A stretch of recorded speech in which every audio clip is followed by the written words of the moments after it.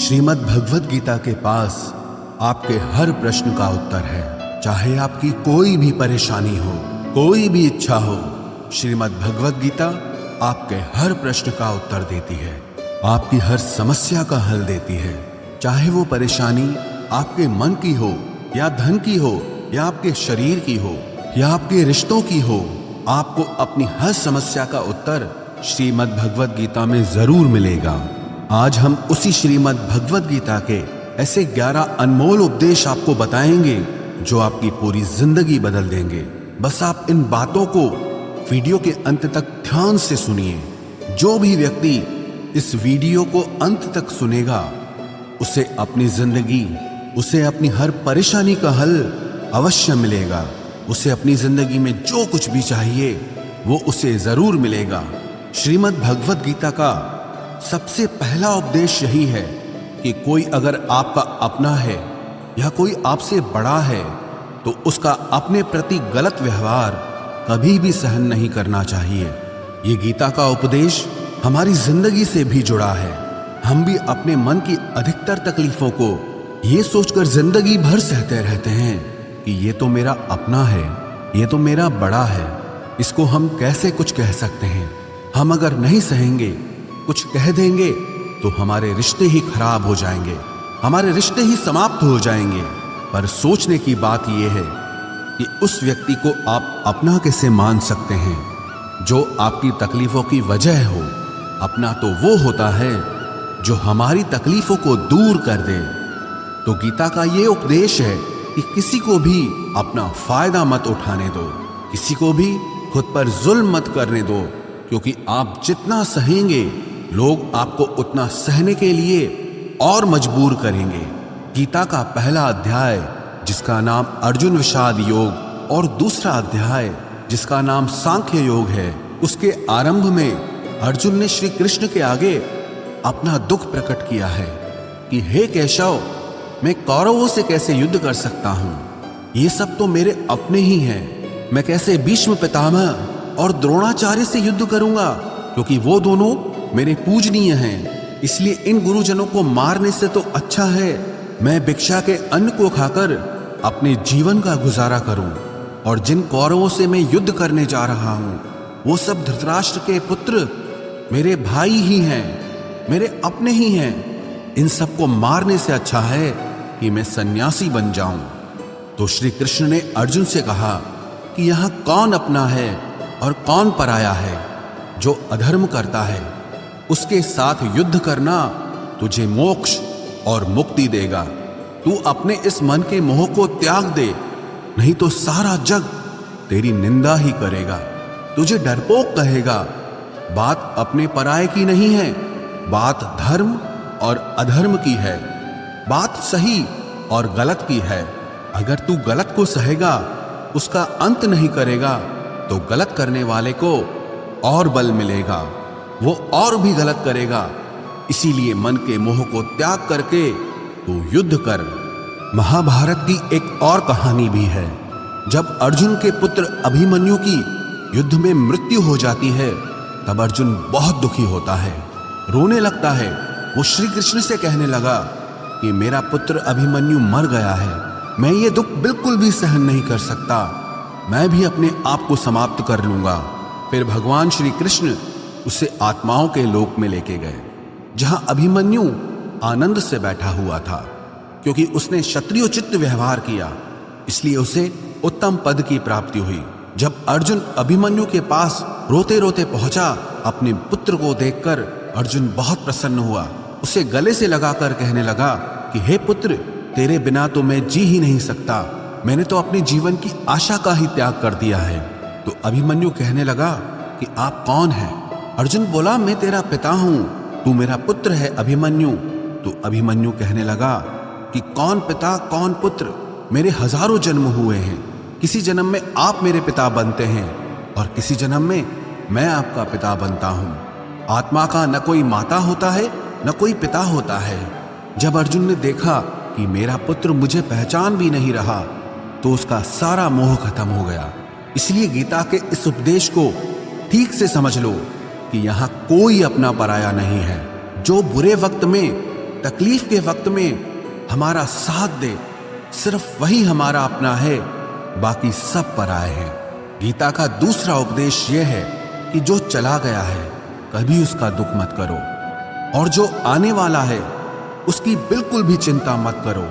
जब महाभारत का युद्ध चल रहा था तब अर्जुन ने श्री कृष्ण से कहा कि अगर यह युद्ध हुआ तो करोड़ों लोग मारे जाएंगे।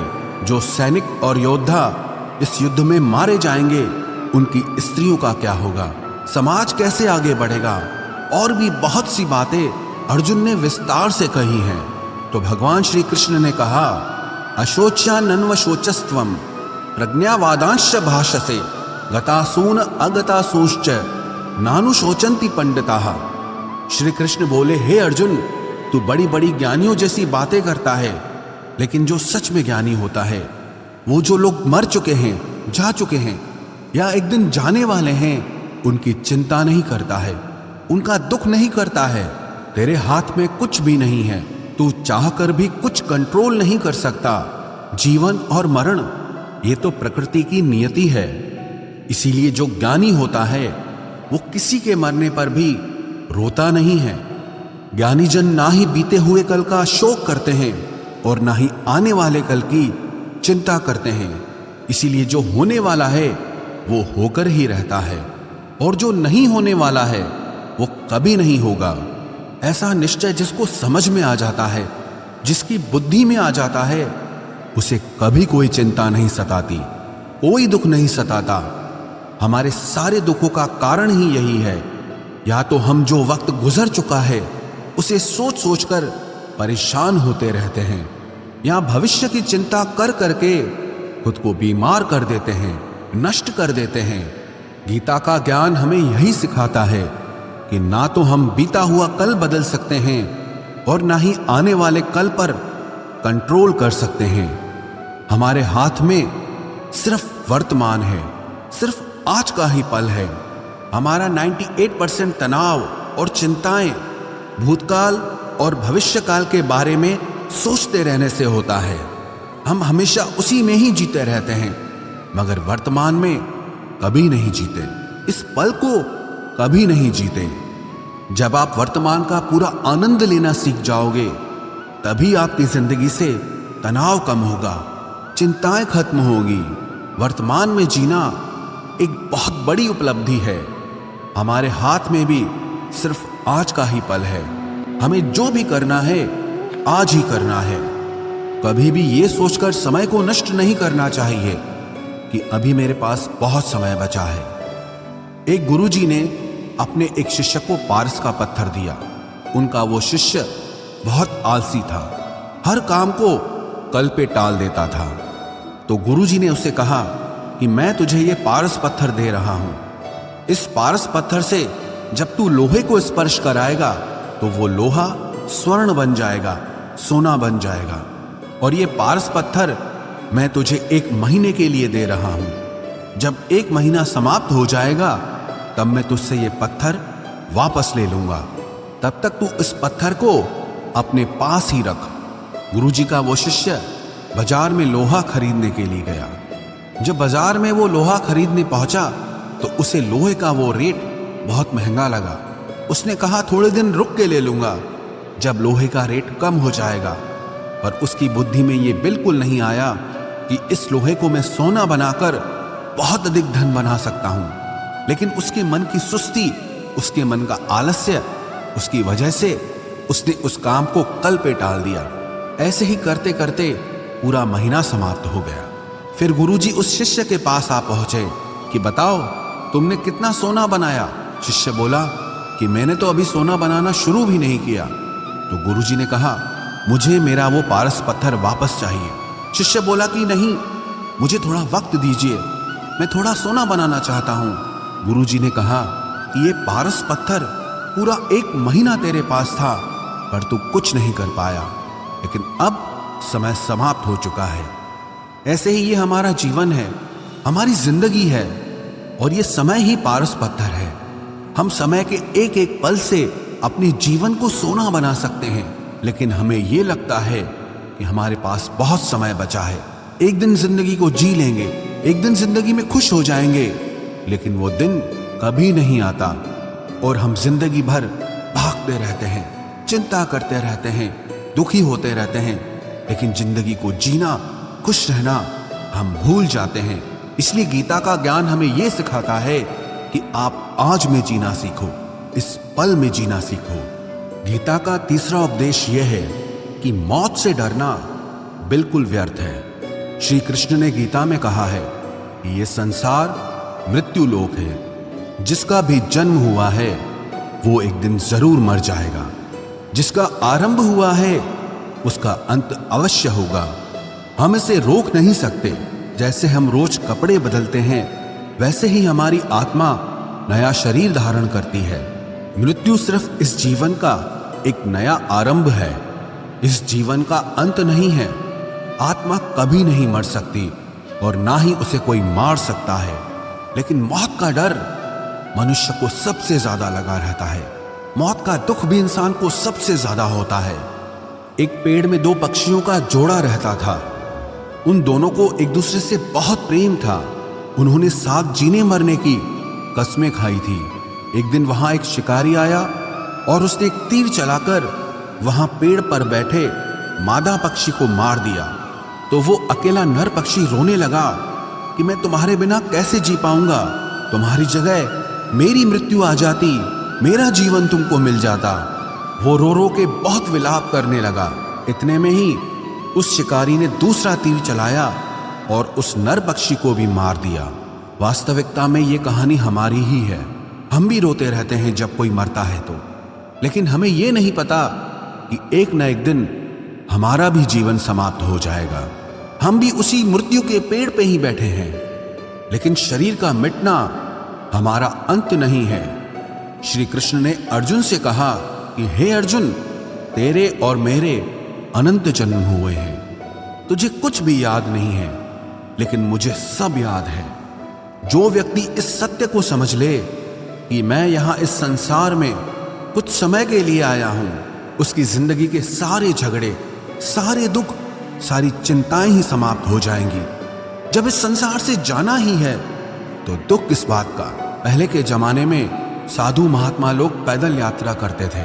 यात्रा करते करते वो एक नगर में पहुंचे। वो महात्मा बहुत थक चुके थे। उस नगर में उन्होंने एक महल देखा और उन्होंने उस महल में जाकर विश्राम करने का सोचा और वो महल में जाकर सो गए। जब उस महल में वहां का राजा पहुंचा तो अपने पलंग पर उस महात्मा को सोता देखकर बहुत हैरान हो गया। राजा उस महात्मा से पूछने लगा कि तुम मेरे महल में कैसे घुस आए और मेरे बिस्तर पर सो रहे हो। महात्मा कहने लगा, ये तुम्हारा महल है? मुझे तो लगा ये धर्मशाला है। तो राजा ने कहा, आपको मेरा महल धर्मशाला कैसे लगा? तो महात्मा ने राजा से प्रश्न किया कि तुमसे पहले इस महल में कौन रहता था? तो वो राजा बोला कि मुझसे पहले मेरे पिता यहाँ पर रहते थे और उससे पहले मेरे दादाजी यहाँ पर रहते थे। तो महात्मा ने फिर प्रश्न किया कि क्या तुम इस महल में हमेशा रहोगे या तुम्हारे बाद कोई और रहेगा? तो राजा कहने लगा कि मेरे बाद मेरा पुत्र इस महल में रहेगा। तो महात्मा राजा से कहने लगे कि जिस जगह पर रहने वाले बार बार बदल जाते हों उसे घर कैसे कह सकते हो? वो तो धर्मशाला ही है।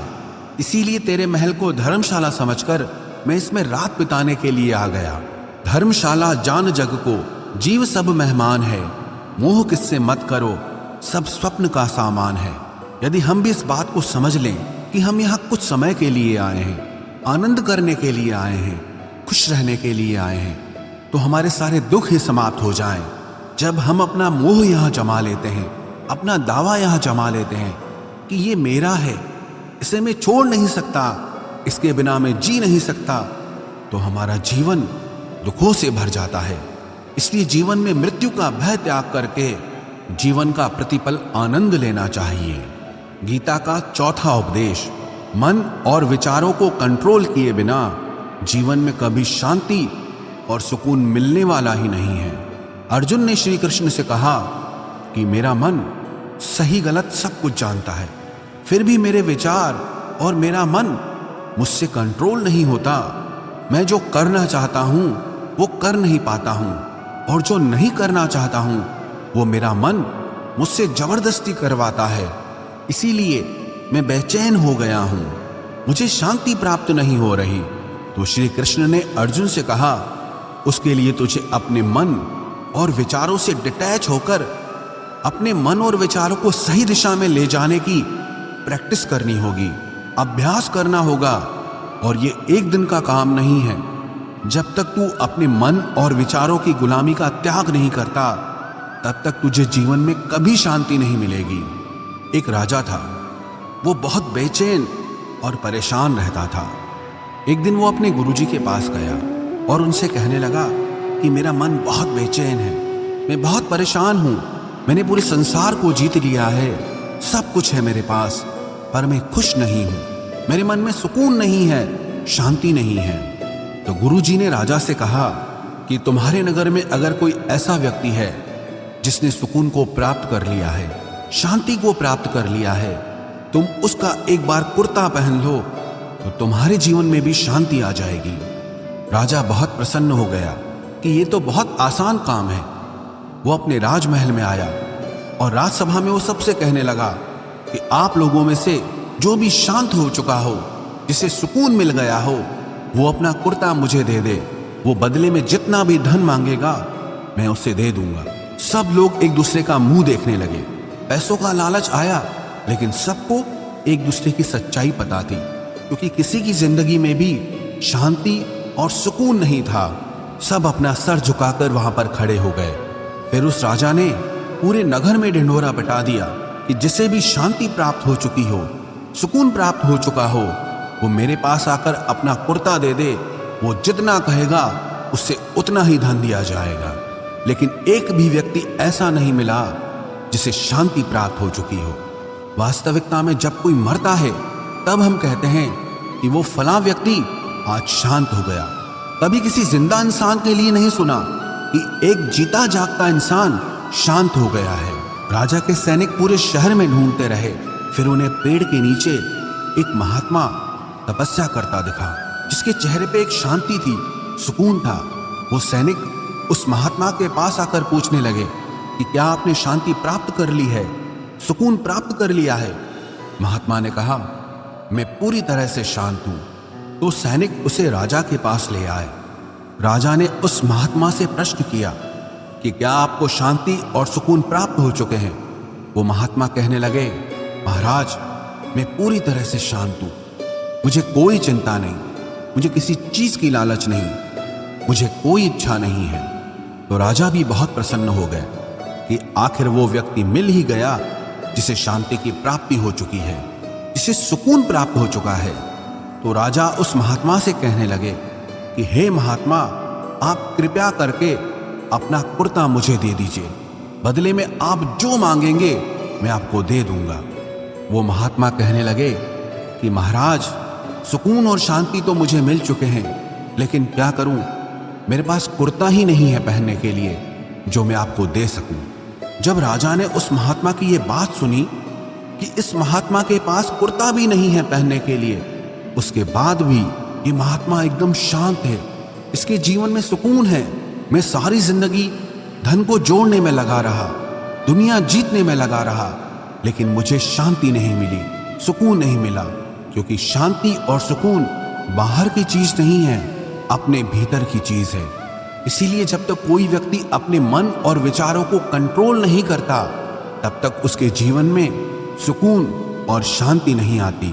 और गीता का उपदेश हमें यही सिखाता है कि जीवन में शांति चाहिए तो मन को शांत करना सीखो। गीता का 5वां उपदेश यह है कि वासना, क्रोध और लालच सर्वनाश का कारण है, नरक का द्वार है। जिस भी मनुष्य में ये 3 अवगुण होते हैं, वो हमेशा दूसरों को दुख पहुंचाकर अपने ही सुख और स्वार्थ की पूर्ति करता रहता है। किसी भी चीज की हद से ज्यादा वासना करना और क्रोधी स्वभाव होना और मन में लालच होना उसके जीवन के सुख को समाप्त कर देते हैं, उसके सारे रिश्तों में जहर भर देते हैं। इन्हें नरक का द्वार इसीलिए कहा गया है क्योंकि जिस इंसान में अत्यधिक क्रोध है, लालच है, वासना है, उसका पूरा जीवन जहर से भर जाता है। उसको मरने के बाद नहीं, जीते जी यहीं पर नरक का दर्शन होता है। गीता का छठा उपदेश यह है कि सब भगवान एक ही हैं, कोई छोटा बड़ा नहीं है। सब एक परब्रह्म परमात्मा के अलग अलग रूप और नाम हैं। श्री कृष्ण ने गीता के 10वें अध्याय विभूति योग में बताया है कि जितने भी जगत के देवी देवता हैं वो सब मेरी ही विभूति है। मैं ही शिव हूं, मैं ही इंद्र हूं, मैं ही यक्षराज कुबेर भी हूं, मैं ही अग्निदेव हूं, देवताओं के गुरु बृहस्पति भी मैं हूं, समुद्र भी मैं ही हूं, अक्षरों में ओम भी मैं ही हूं, काल का महाकाल भी मैं ही हूं, सारे जगत का नाश, उत्पत्ति और पालन करने वाला भी मैं ही हूं। श्री कृष्ण ने अर्जुन से कहा कि मेरी विभूतियों का कोई अंत नहीं है, इसलिए सब भगवान, सब नाम, सब देवता मेरे ही रूप हैं। इसीलिए तो किसी भी देव या ईश्वर में कभी भेद बुद्धि मत करना, कभी किसी को छोटा बड़ा मत समझना। और गीता का उपदेश हमें यह सिखाता है कभी भी किसी दूसरे के इष्ट को छोटा नहीं समझना चाहिए, या इस बात पर झगड़े फसाद नहीं करने चाहिए कि कौन बड़ा है और कौन छोटा है। गीता का 7वां उपदेश यह है, सुख की इच्छा ही आखिर में हमारे दुखों का कारण बनती है। श्री कृष्ण ने अर्जुन से कहा कि मनुष्य जितना सुखों की लालसा और इच्छा करता है उतना ही उसकी इंद्रियां सुख भोग में आसक्त हो जाती है, उतना ही इंसान का मन संसार के सुख और आकर्षण का गुलाम बन जाता है। और जितना सुख के पीछे भागेगा उतना ही उसे दुख के अनुभव से भी गुजरना पड़ेगा, क्योंकि ये संसार का नियम ही है। जो चीजें शुरू में मन को बहुत आकर्षित करती हैं बाद में बहुत दुख देती हैं, और जो चीजें शुरू में मुश्किल लगती हैं, कठिन लगती हैं, बाद में हमें बहुत काम आती हैं। गीता का 8वां उपदेश यह है, जो भी मनुष्य दुनिया के सारे सहारे छोड़कर सिर्फ भगवान को ही अपना सहारा मान लेता है, उसकी हर जरूरत वो ईश्वर पूरी करता है, उसकी हर प्रकार से रक्षा वो परमात्मा ही करता है। अनन्याश्चिन्तयो माम ये जनाः पर्युपासते तेषां नित्याभियुक्तानां योगक्षेमं वहाम्यहम्।